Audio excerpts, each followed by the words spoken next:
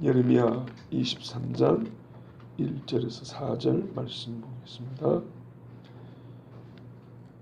교독하도록 하겠습니다. 여호와의 말씀이라. 내 목장의 양떼를 멸하며 흩어지게 하는 목자에게 화 있으리라. 그러므로 이스라엘의 하나님 여호와께서 내 백성을 기르는 목자에게 이와 같이 말씀하십니다. 너희가 내 양떼를 주며 그것을 몰아내고 돌보지 아니하였도다. 그러나 내가 너희의 악행 때문에 너희에게 보응하리라. 여호와의 말씀이니라. 내가 내 양떼에 남은 것을 그 몰려갔던 모든 지방에서 모아 다시 그 우리로 돌아오게 하리니 그들의 생육이 번성할 것이며 내가 그들을 기르는 목자들을 그들 위에 세우리니 그들이 다시는 두려워하거나 놀라거나 잃어버리지 아니하리라. 여호와의 말씀이니라. 아멘. 이번에는 이 여호야김이라든지 고니야 같은 왕들에게 하신 말씀이 아니고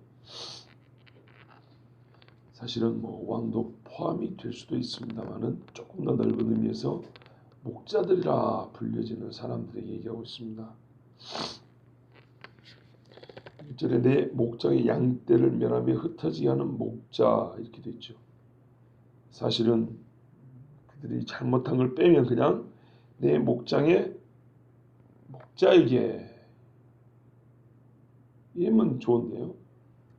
이들이 목자 일을 잘 못하니까 잘 못한다. 즉 부족한 게 아니라 악하게 행하기 때문에 내 목장에 그냥 목자가 아니고 양떼를 멸하며 흩어지게 하는 목자 이렇게 되어 있습니다.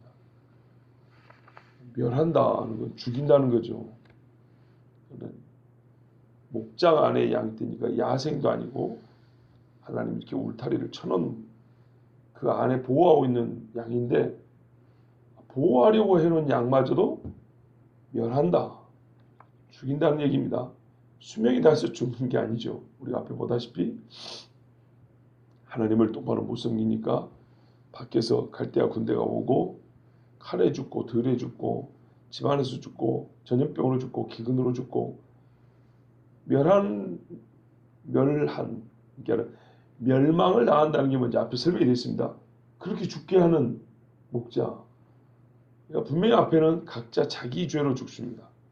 그런데 이게 안 일어날 수도 있었다는 얘기죠. 그래 안 할 수 있어요. 왜 그런가 했더니 이런 사람들이 있었던 거예요.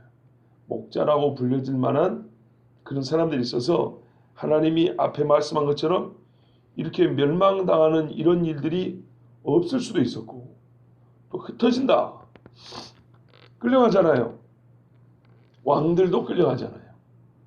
그러니까는 여기서 목자는 권력 구조에서 최상위에 있다기보다는 영적으로 지도를 해줄 사람들 이게 바로 딱 나오죠. 왜냐하면 멸한다. 자 다시 1절을 보십시오. 어떤 목자냐 했더니 목장의 양떼를 돌보는 목자인데 그게 잘 안 된 게 아니고 안 한 거예요.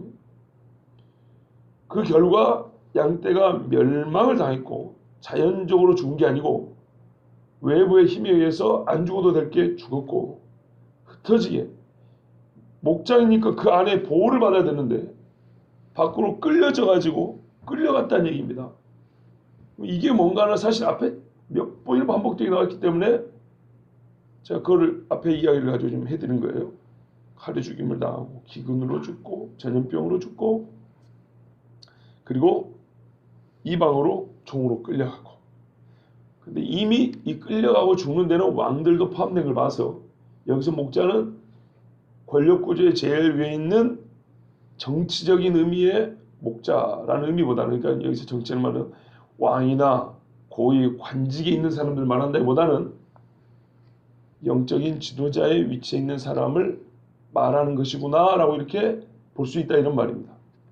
물론 요즘같이 정교가 분리된 사회 그러니까는 정치와 종교가 분리된 사회가 아닙니다. 고대는. 지금도 중동에 가면은 이란 같은 경우에는요 대통령보다 더 힘이 있는 사람이 그 사람 이름 뭐죠?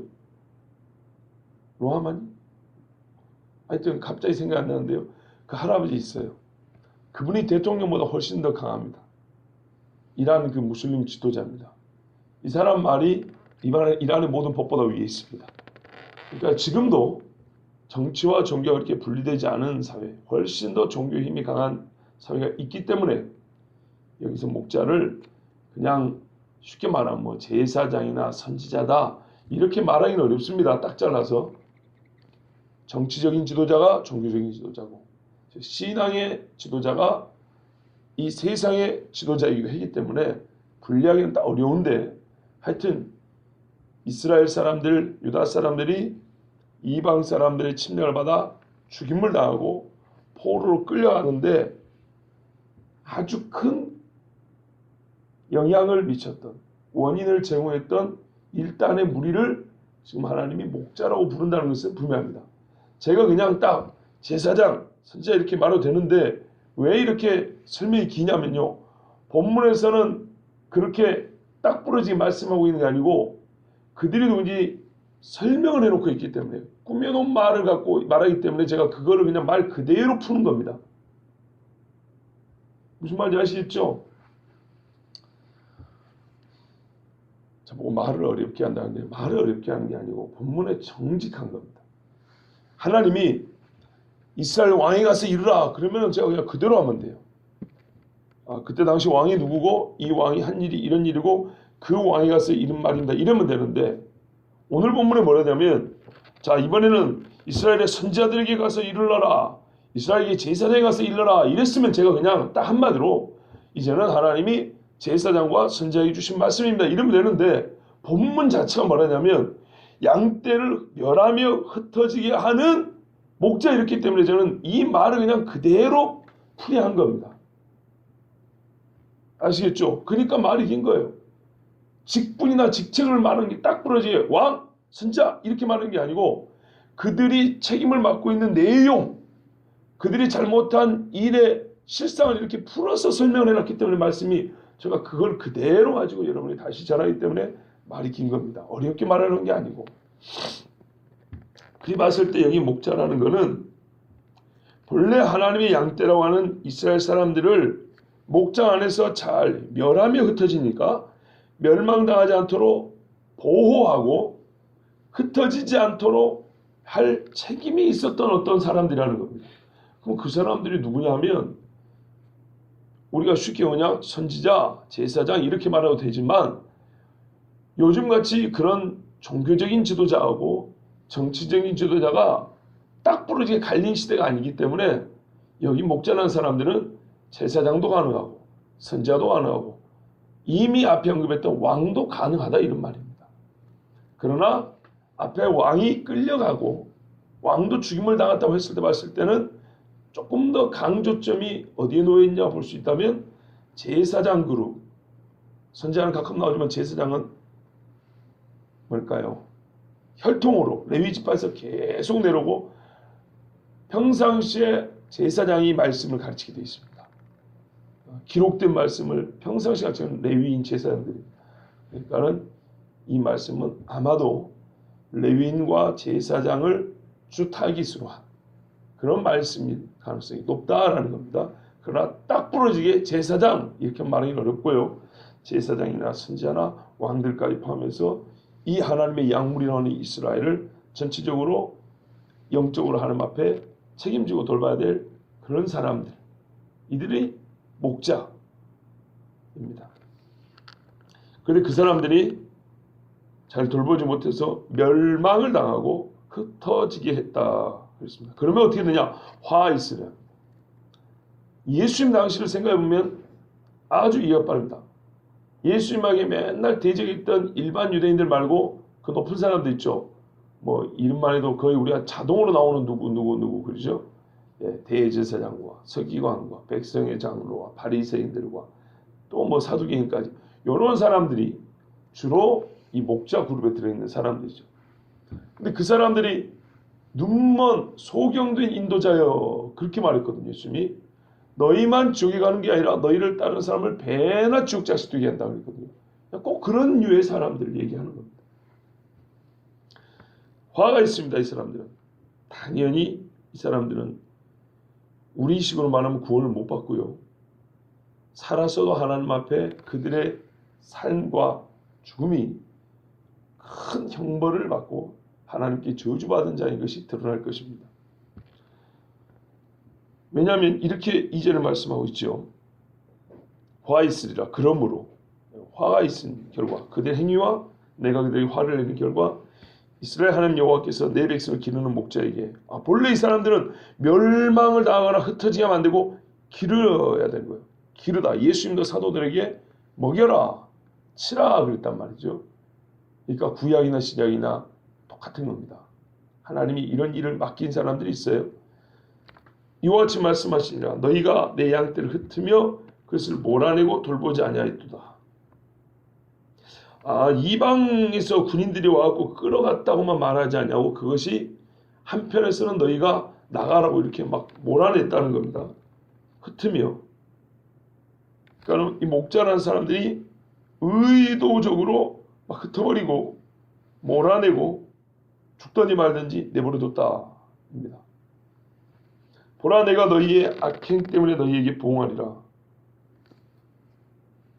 악행이라고 그랬습니다. 이런 일을 흩으며 몰아내고 돌보지 아니하였다. 그래서 그들은 또한 자기들이 죄가 얼마나 큰지 모르고 외국에서 군대가 들어와서 죽임을 당하고 흩어졌다. 이 일을 하나님은 악하다 이렇게 말했어요. 그럼 예레미야는 어떻게 됩니까? 좀 여기에 예레미야가 포함이 됩니까? 안 됩니까? 안 되죠. 그러면 예레미야가 흩어진 걸 막았나요?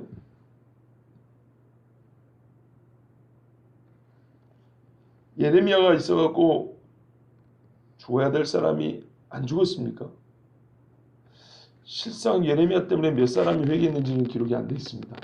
예레미야서 안에는 한 명도 못 보게 됩니다. 혹시 보셨어요? 예레미야가 이렇게 40년을 외쳤더니 예레미야 때문에 뭐 회개했다든지 뭐 돌아왔다든지 이런 사람 기록상으로는 없습니다. 실제 그렇습니다. 그런데 예레미야가 이렇게 외칠 때 한참 자라던 10대 청소년으로 자라던 사람이 누구냐면 다니엘 같은 사람입니다. 다니엘 친구들. 그 아이들이 어릴 때 거의 말하자면 요시야가 끝물에 태어났다든지 뭐 그때 사람들입니다. 그리고 에스겔 같은 제사장, 그렇죠? 에스겔은 제사장입니다. 어릴 때 끌려갔거든요. 에스겔은 바벨론에 끌려가서 유다가 멸망당한 것을 봅니다. 하나님이 끌려가 있는데 환상으로 보여주잖아요. 예루살렘 성전에 막 우상을 하여 우는 사람들 보여주잖아요. 내가 더 가증한 것을 보여주리냐 하면서 여호와의 영이 나를 북문으로 데려가시고 무슨 문으로 데려가시고, 그거는 바벨론의 강가에서 본 환상이라고 했습니다. 그래서 하나님이 예루살렘 멸망한다는 소식을 먼저 끌려간, 우리가 여호야긴 때 10년 전에 끌려갔다 그랬잖아요. 10년 전에 끌려간 사람들이 바벨론에서 유다가 완전히 멸망한 소식을 듣습니다. 얼마나 슬프겠습니까? 하여튼 그렇게 남아있는 사람들이 있어요. 이렇게 그 사람들과 다니엘과 에스겔 같은 이 당시 젊은이들의 신앙이 예레미야와 무관하다 볼 수 없어요. 예레미야가 외쳤던 소리를 듣고 어릴 때부터 바른 신앙을 가졌을지 모르지만 직접적으로 하여튼 간에 우리 사도행전에 기록된 것처럼 누가 설교해서 누가 회개했다, 누가 돌아왔다 이런 식의 언급은 제가 기억하기에는 예레미야서에 없습니다. 그러나 분명히 여기에 예레미야가 포함되지 않은 건 맞죠. 왜냐하면 하나님이 예레미야에게 화를 있으리라 이렇게 말씀하지는 않았거든요. 그렇다면 어떤 인간이 들어가냐 하면 예레미야 이 빰때던 바술 같은 사람들, 또 스마야 같은 이 거짓 선지자들이 뒤에 나옵니다. 이런 사람들이 이제 이 부류에 들어간다고 볼 수 있습니다. 여호와의 말씀이니라. 반드시 이렇게 됩니다. 그래서 뒤에 보면 하나님이 그 중에 몇 사람들에게 저주한 내용이 있고요. 그 일이 일어난 것들이 기록이 되어 있습니다. 그러면 이제 끌려간 사람들 있지 않습니까? 어떻게 되냐? 3절에 보시면 내가 내 양떼에 남은 것을 죽지 않고 남아있는 사람들, 그 몰려갔던 모든 집에서 모아. 그러면 우리가 가끔 논쟁이라고 그랬잖아요. 남은 자가 누구냐? 이방에 끌려갔다가 살아남아서 돌아온 사람이 남은 자냐? 아니면 끌려가지 않고 본토에 남아있었던 사람들이 남은 자냐 할 때는 성경적 신학적으로 볼 때면 끌려갔다 돌아온 사람들을 남은 자라고 합니다. 본문에 보세요. 내가 내 양 떼에 남은 것, 그 몰려갔던 지방에서 모든 지방에서 모아 다시 그 우리로 돌아오게 하리니. 다시 하나님이 모아들인 사람이 누구라고요? 남은 사람들이 이렇게 말하잖아요. 보다 엄격하게 말하면 성경적으로 남은 사람이란 것은 죽을 줄 알았는데, 하나님의 약속의 땅에서 이제 버림받은 줄 알았는데, 그 70년이 지난 후에 여전히 하나님이 남겨두신 자들, 이 사람들 돌아올 때 보세요. 믿음이 우리 에스라 볼 때 상당히 크다 그랬죠. 그래, 큰 믿음을 갖고 왔으나 역시 쉽게 또 무너진다 그랬어요. 왜냐하면 옛 땅으로 돌아왔더니 먹을 게 있어야죠. 짐승들이 우글우글거리고 땅이 황폐화됐고 이방인들이 가득 차 있으니까 여기서 다시 먹고 살 길이 없어요. 그래서 할 수 없이 그 지역에 이미 터잡고 살던 이방인들과 손을 잡습니다. 그래서 뭐 이방 여인들과 결혼하고 제사장 집안이 그 산발락과 도비아 같은 예루살렘의 재건을 반대하는 사람하고 결혼했고 사돈이 되고 이런 이야기가 나오는 겁니다. 다 우리가 죄를 짓는 이유 중에 가장 큰 이유는 한마디로 무엇을 먹을까에 달려 있습니다. 자, 돌아오게 하리니, 돌아와서 남은 사람은 얼마나 극소수입니까마는 하나님은 그들을 생육이 번성하게 한답니다. 그러니까는 이스라엘의 목자들은 이 사람들을 거의 씨가 마르게 했는데 하나님은 오히려 벌하셨으나, 이스라엘 이 목자들은 평안을 외쳤으나 다 죽게 됐고, 하나님은 형벌을 내리셨고 다 죽은 줄 알았으나 오히려 몇 사람을 남기던데 나중에 이 사람들이 엄청나게 번성을 해서 다시 하나님의 나라를 가득가득 채운다는 겁니다. 그리고 하나님이 이렇게 해줘.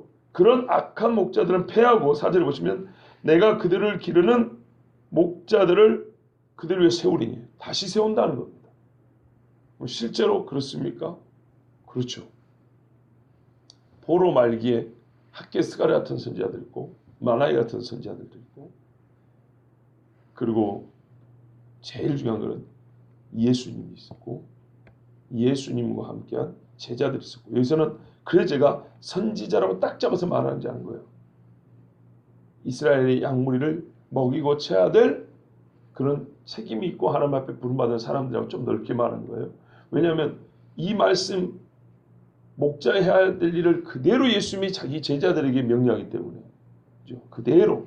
그러니까 이거는 이 4절의 말씀은 구약의 한계 안에서, 구약의 범위 안에서 선지자들만, 제사장들만 말하는 게 아니고 예수님과 예수님의 제자들까지 포함하여 이스라엘 그 남은 사람들을 완전하게 다시 번성하게 하고 하나님의 양떼로 일으킬 사람들을 말씀합니다. 그러니까 여기에 내가 그들을 기르는 목자들을 그들 위해 세우리니 해서 이 다시 세워지는 목자들은 선지자들 몇 사람만 얘기하는 것이 아니고 예수님, 참 목자 되신 예수님과 그 목자의 사명을 위임받은 예수님의 제자들까지 포함한 이야기입니다. 왜냐하면 바벨론 포로기를 돌아온 그 이후인데 그 이후 몇 년까지라는 제한이 없어요. 그 다음에 계속이기 때문입니다. 그렇게 볼 때 말씀이 훨씬 더 풍성하게 이해가 됩니다. 그리고 여러분 5절을 보세요. 내일 보시겠지만 여호와의 말씀이라, 보라 때가 이르리니 내가 다윗에게 한 의로운 가지를 일으킬 것이라. 그가 왕이 되어 지혜롭게 다스리며 세상에서 정의와 공의를 행할 것이며.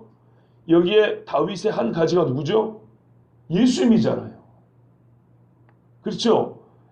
우리는 여기 앞에 빨간 점이 하나 붙어가지고 구분하여 읽으라고 되어 있지만은 23장 내지는 22장에서 이 쭉 이어지는 말씀은 본래 성경에는 이런 구분점이 없고 한 덩어리입니다. 한 덩어리. 그러니까는 유다가 멸망할 수밖에 없었던 못된 목자들에 대한 책망을 하고, 그러나 나는 참 목자를 세우느냐고 우리 하나님은 자연스럽게 예수 이야기로 넘어옵니다. 그렇기 때문에 이 4절에 내가 세우는 목자들은 예수님과 예수님의 제자들이 포함된다는 겁니다. 왜냐하면 예수님이 제자들에게 뭐냐면 내가 한 일을 너희가 할 것이고 나보다 더 큰 일을 한다 그랬어요. 그러니까 종류는 똑같은 일이에요. 내 양을 먹이라 치라 해서 하나님께로 인도하는 거예요. 예수님도 뭐냐면 나는 요한복음에 보면 내 아버지께서 주신 양들을 내가 아버지께로 인도한다 이렇게 되어 있거든요. 하나도 버리지 않고 그리 인도하겠다. 예수님이 자기 사명을 그리 말했어요. 그리고 요한복음 마지막에 제자들에게는 자기가 올라가시면서 예수님 올라가시기 전에 내가 해왔던 거를 너에게 그대로 맡긴다. 내 양을 먹이라 치라 이러고 가셨단 말이에요. 그리고 오늘 예레미야에도 또 에스겔에도 보면은 그 목자들이 해야 될 일을 그대로 말씀하고 있기 때문에 하나님은 유다를 멸망시킬 수밖에 없었던, 멸망당할 수밖에 없었던 그런 목자들이 아닌 이스라엘 사람들을 완전히 하나님의 양무리답게 인도할 목자들을 세울. 그러니까 이게 단순히 포로기에서 돌아오기만 한다고 해서 짐 싸고 돌아오기만 한다고 해서 양무리의 모습을 갖추는 게 아니고 그 양들이 먹이고 보호받고 자랄 수 있도록 그걸 친다 그러잖아요. 맷때린다는 치는 게 아니고 기른다는 거죠. 그런 목자들이 여전히 필요하다는 것이고 그 일을 하도록 우리 하나님은 그 후에도 선자들을 세우셨지만 궁극적으로는 예수님과 예수님의 제자들 사도들을 통해서 이스라엘을 완전하게 하나님의 백성, 하나님의 양무리로 다시 회복한다는 그런 약속입니다. 4절에도 이미 그게 나타나 있는데요. 보십시오. 그들이 이 세워진 목자 때문에 다시는 두려워하거나 놀라거나 잃어버리지 아니하리라 여호와의 말씀이라 되어 있습니다. 여러분 순전히 정치적 역사로 보면 이스라엘은 바벨론 포로기에서 돌아와서 두려워할 일이 없었는가 하면 그렇지 않습니다. 헬라의 지배를 받았고 로마의 지배를 받았고 또 두려워하거나 놀라거나 잃어버리지 아니하리라. 예수님 돌아가신 후에 승천하고 로마가 와서 예루살렘을 AD 70년에 아예 없애버리고 세상 만국에다 흩어버렸습니다. 놀랄 일이 또 있었고 두려워할 일이 있었고 잃어버리는 일이 거의 1900년 동안 있었습니다. 그렇죠? 그런데 이게 바벨론 포로기만 돌아온 에스라 니에미야 때에 돌아온 이야기만 할 것 같으면 4절의 말씀은 안 맞는 거예요. 더 무지막지한 일이 몇백 년 동안 계속됐어요. 로마에 의해서 멸망당한 이후로 현대 이스라엘이 세워진 걸 생각하면 거의 1900년 동안 나라가 없었지만 옛날에 바벨론에 멸망당할 때부터 생각하고 계속 남의 종사를 했던 걸 생각하면 1948년에 이스라엘이 다시 회복된 거는 거의 이게 몇 년 만입니까? 1948년 그 앞에 500년 거의 한 2400년 동안 나라가 없었다고 볼 수 있는 겁니다. 어마어마한 겁니다. 계속 두려워했고 계속 놀랐고 계속 잃어버려진 자식들처럼 떠돌아다녔고 이렇게 됐던 거거든요. 그런데 이 모든 일을 완성하기 위해서 목자들께 이 모든 일을 그치게 하려고 목자를 세웠는데 그 목자 중에 우두머리가 하니까 5절에 다윗의 의로운 한 가지라고 이렇게 말씀하잖아요. 그러므로 이 말씀은 바벨론 포로기를 끌려가면서부터 시간이 상당히 이렇게 이제 건너뛰어서 예수 그리스도 오심까지 이렇게 말씀하는 약속입니다. 예, 그렇습니다. 인간 목자들은요, 부족하기도 하지만 부족함을 넘어서 본인이 악인이고 죄인이기 때문에 하나님의 양무리들을 가장 정직하고 흩어지지 않냐고 멸망당하지 않을 길로 인도할 만한 인간 목자는 절대 있을 수가 없습니다.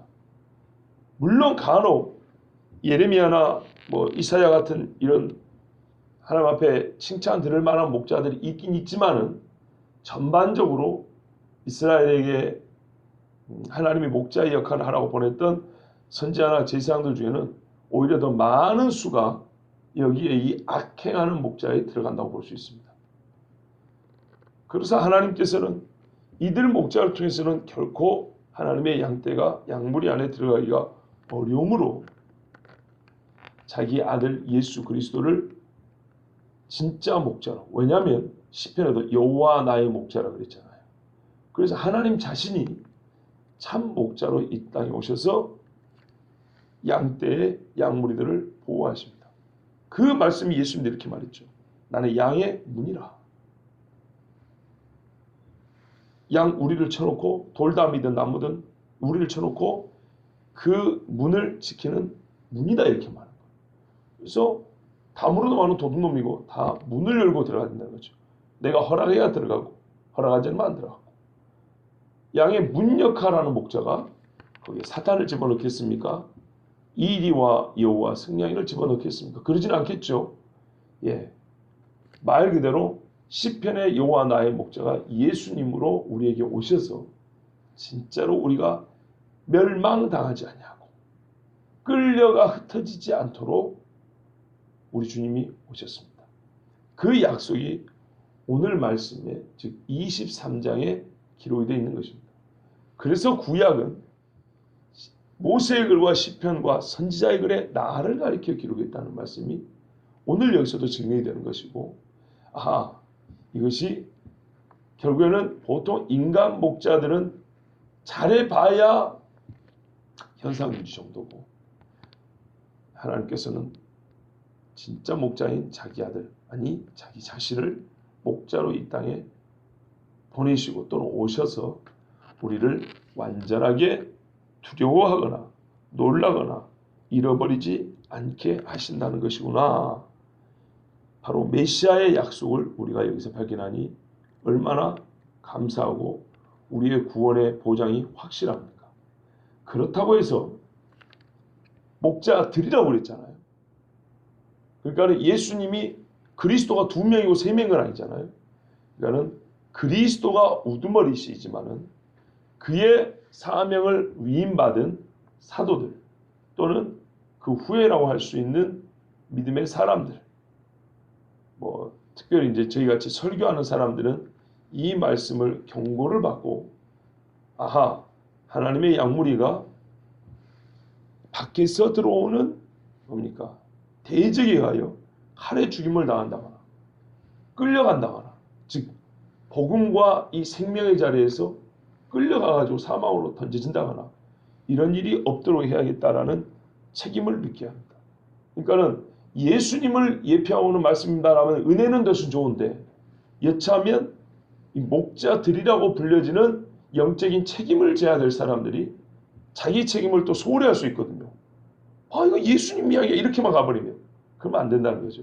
예수님도 사도들에게 내 할 일을 너에게 맡기고 간다 이렇게 되어 있기 때문에 이제 이 일을 맡은 목회자들이나 또 선교사라든지 직접적으로 말씀을 이렇게 전하는 사람들, 또는 이 양무리를 기른다 하는 것이 설교만 가지고 기르는 것은 아니죠. 우리식으로 말하면 평상시에 돌봄도 필요하고 친교도 필요하고 교육도 필요하고 또 신방도 필요하고, 어쩔 때는 그래서 뒤에 보면 교훈하고 책망하고 바르게 하고 의로 교육하고, 이게 다 양육 내지는 목양에 관련된 일들입니다. 그래서 이 일을 위하여 교회는 또 이제 항중 직분들이 세워져 있기도 하고요.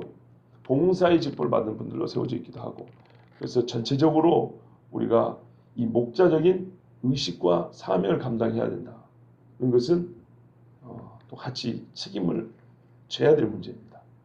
그러나 조금 더 책임이 더 큰 사람들은 옛날에 선지자들 내지는 제사장을 우리가 가리켜 말씀하시고 볼 때는 오늘날 목회자나 또는 말씀을 직접적으로 가르치는 그런 직분에 있는 사람들이 조금 더 큰 책임의식을 가지고 이 말씀의 경고를 받아야 되는 것입니다. 자, 최종적으로는 우리 하나님이 그들을 기르는 남은 자들을 다시 돌아와서 생육하고 번성케 할 기르는 목자를 세운다 그랬고요. 또 이 말씀은 머지않아 이스라엘 사람들이 지금 나라를 세웠지 않습니까? 그들이 또 완전히 예수 그리스도를 나의 구주로 믿고 돌아오는 일을 통하여서 일어날 것입니다. 놀라운 것은 구약성엔 히브리어로 기록되어 있잖아요. 히브리어. 히브리어는 참 재밌습니다. 철자 하나하나에가 아주 깊은 뜻들이 포함되어 있습니다. 우리 기억 니은할 때 기억 그 자체는 별 의미가 없잖아요. 근데 히브리 말은 좀 다릅니다. 기억이 담고 있는 의미만, 즉 이 히브리 말로 알레프라는데 알파벳의 첫 글자, 두 번째 글자, 이런 철자 하나하나가 담고 있는 의미만 하더라도 어지간한 책을 하나 쓸 정도로 엄청난 의미들이 들어있는 게 히브리어입니다. 아주 독특한 문자입니다. 예, 이제 그것도 언제나 또 때가 되면 한번 전할까 생각하는데요. 그래서 그 말씀대로 하나님께서 기르는 목자들을 보내셔서 생육하고 번성한, 즉 히브리어의 즉 구약성에 이미 약속된 대로 이스라엘을 마지막 때에 완전하게 영적으로 회복하며 번성케 하는 그 일이 머지 않았으니 같이 기도하시고 준비하여서 우리가 뭐 세상적 표현으로 말하면 전문적 또는 직업적 목자라고 보기는 어렵지만은 우리 주님이 하실 일을 위임받은 모든 그리스도인들에게 하나님 주신 말씀이니까 이스라엘의 영적인 회복을 위해서도 우리가 그들로 인하여 복음을 전해받은 그런 영적 책임감을 가지고 전하는 일에 이 4절과 같이 이 말씀이 성취되는데 함께 협력하고 동역하는 우리가 되어야 되겠습니다. 기도하겠습니다.